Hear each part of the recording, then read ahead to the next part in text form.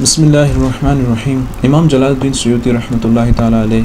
اپنی کتاب الروض العنید فی فضل الصدیق رضی اللہ تعالیٰ عنہ میں 21ویں حدیث نقل کرتے ہیں حضرت ابو امامہ باہلی رضی اللہ تعالیٰ عنہ سے کہ رسول اللہ صلی اللہ تعالیٰ علیہ وسلم نے ارشاد فرمایا: اتیت بکفۃ المیزان فوضعت فیہا وجیء بامتی فوضعت فی الکفۃ الاخری فرجحت بامتی، کہ مجھے میزان کے پاس لایا گیا اور اس کے ایک پلڑے میں مجھے رکھا گیا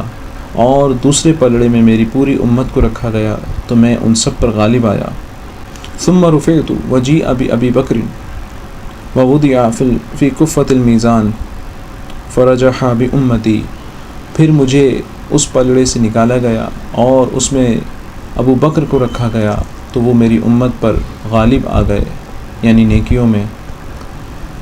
ثم رفع ابو بکر وجیء بعمر بن الخطاب فوضع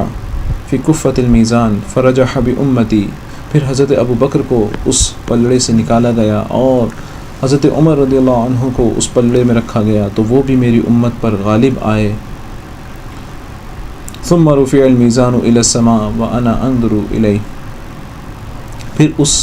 میزان یعنی ترازو کو آسمان کی جانب اٹھا لے گیا حالانکہ میں اسے دیکھ رہا تھا۔ والصلاة والسلام علی رسول اللہ وعلی آلہ واصحابہ اجمعین۔